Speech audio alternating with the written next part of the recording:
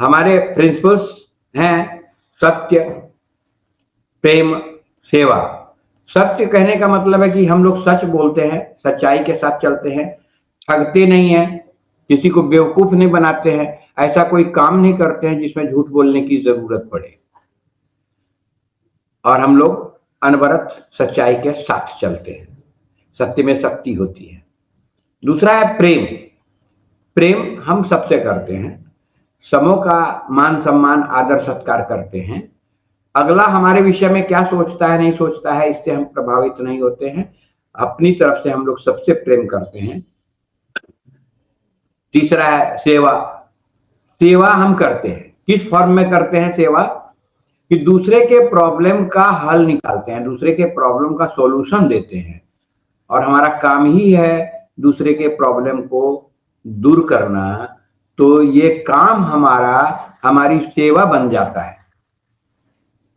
क्योंकि ये सेवा का कार्य है, इसकी पवित्रता अलग है, तो हम लोग ये सेवा कार्य करने में कभी भी हिचकिचाते नहीं हैं, पीछे नहीं हटते, रुकते नहीं, थकते नहीं, अनवरत निरंतर करते रहते हैं। और ये सब करने के लिए हमारे पास शक्ति है, भक्ति है, युक्ति है। शक्ति कहने का मतलब शारीरिक शक्ति से नहीं है, बल्कि शक्ति इस बात की कि हम चीजों को जल्दी जल्दी सीखें, अपनी पूरी शक्ति लगाकर, फोकस डालकर चीजों को सीखें, और सीखने के साथ साथ उसको इम्प्लीमेंट भी करते चलें। जो भी हमें क्लास में टास्क मिला, उस टास्क को उसी दिन करना है, उसी दिन पूरा कर लेना है, और अगले दिन फिर नए टास्क के लिए स्फूर्ति बनाई रखनी है, तैयारी बनाई रखनी है। शक्ति को जो ऐसा करता है उसी को हम शक्तिशाली समझते हैं। शक्ति का असल मायने यही है कि आप सीखिए और उसको इम्प्लीमेंट कीजिए, उससे आपका अपग्रो होगा, आपका अपग्रेडेशन होगा। शक्ति के साथ अगर भक्ति को जोड़ देते हैं तो रिजल्ट कब कंपाउंडेड हो जाता है पता भी नहीं चलता है। भक्ति का फिर क्या स्कोप है, भक्ति का माने क्या हुआ, कंसिस्टेंसी। कंसिस्टेंसी जैसे कि भक्त अपने आराध्य देव की पूजा अर्चना, वंदना, भजन, कीर्तन सब अनवरत करते रहते हैं, थकते नहीं, रुकते नहीं। वैसे ही हमको भी अपनी शक्ति का प्रयोग अनवरत करना है, बिना रुके करना है, अहरनिश करना है। भक्ति का जब संयोग हो जाता है शक्ति के साथ तो रिजल्ट एक्सपोनेंशियल हो जाता है, पता भी नहीं चलता, और रिजल्ट कब हमारा कई गुना बढ़ जाता है। इसके साथ हमें युक्ति का भी सहारा लेते हैं। हमारे गुरु कहते हैं कि हम गधे नहीं हैं, घोड़े हैं, स्मार्ट वर्क करते हैं, वैसा कोई काम नहीं करते जो हमारे वैल्यू में कुछ वैल्यू ऐड नहीं करे, हमारे कैरेक्टर में कुछ वैल्यू ऐड नहीं करे।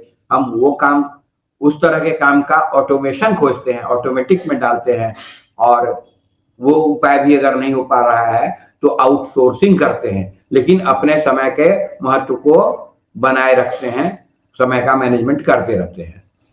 इसके लिए 3 चीजों को याद रखना जरूरी है। पहला है तन। तन कहने से मतलब है तंदुरुस्ती, शरीर के स्वास्थ्य का ध्यान रखना। शरीर के स्वास्थ्य का ध्यान रखने के लिए कुछ ज्यादा नहीं करना है, घर का बना ताजा खाना खाइए, समय पर खाइए, थोड़ा कम खाइए, पानी ज्यादा पीजिए, नींद पूरी लीजिए, और कुछ न कुछ workout, yoga, Zumba, swimming, cycling, jogging, जो भी हो वो कीजिए।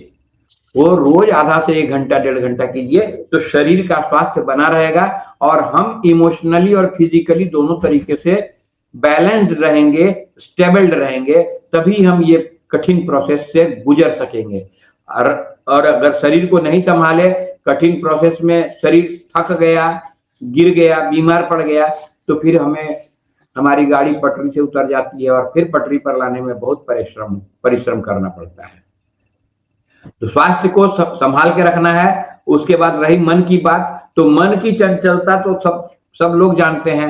मन चंचल होता है, वो आपको कंफर्ट जोन से बाहर निकलने नहीं देना चाहता है, इसलिए तरह तरह के नेगेटिव छोटे छोटे सवाल वो उठाते रहता है। अगर पैसा डूब गया तो, अगर नहीं सीख पाए तो, अगर भूल गए तो ऐसी परिस्थिति में, पहेली की परिस्थिति में हमें बनाए रखने के लिए, हमें लगातार कंसिस्टेंसी बनाए रखने के लिए हमारे पास कई वैज्ञानिक उपाय हैं। वो कोई आर्ट्स नहीं है बल्कि साइंटिफिक उपाय है कि आप रोज सुबह गोल लिखिए, उसको बोल बोल कर पढ़िए, और जो पावरफुल वीडियोस है अफर्मेशन का, स्ट्रेंजेस्ट सीक्रेट, इसको रोज सुबह सुनिए, रोज सुबह सुनिए। और 90 मिनट का कम से कम एक सेशन सुबह में जितना जल्दी हो सके अगर आप करते हैं तो वो अपनी पढ़ाई को उस वक्त कर सकते हैं, वो उसका असर ज्यादा होता है। तो इस तरह से मन को संभालने के लिए भी हमारे पास टूल्स हैं। अंत में बचता है हमारे प्रिंसिपल्स, धन। तो धन, ये सारा कुछ जो हम लोग कर रहे हैं वो धन कमाने के लिए कर रहे हैं, और इसमें कोई संदेह नहीं होना चाहिए। धन कमाना हमारा नैतिक दायित्व भी है, क्योंकि अच्छे लोग अगर अच्छा धन कमाएंगे तो अच्छे कामों में खर्च करेंगे, अपने परिवार में खर्च करेंगे, अपने गांव, देश, मानवता के लिए, समाज के लिए खर्च करेंगे। तो अच्छे काम, अगर इंटेंशन आपका सही है तो अच्छा धन कमाने से पवित्र कोई और दूसरा काम है ही नहीं। अगर ये 9 प्रिंसिपल्स आप मानते हैं और करते हैं तो चैट में 9P लिखकर बता दें।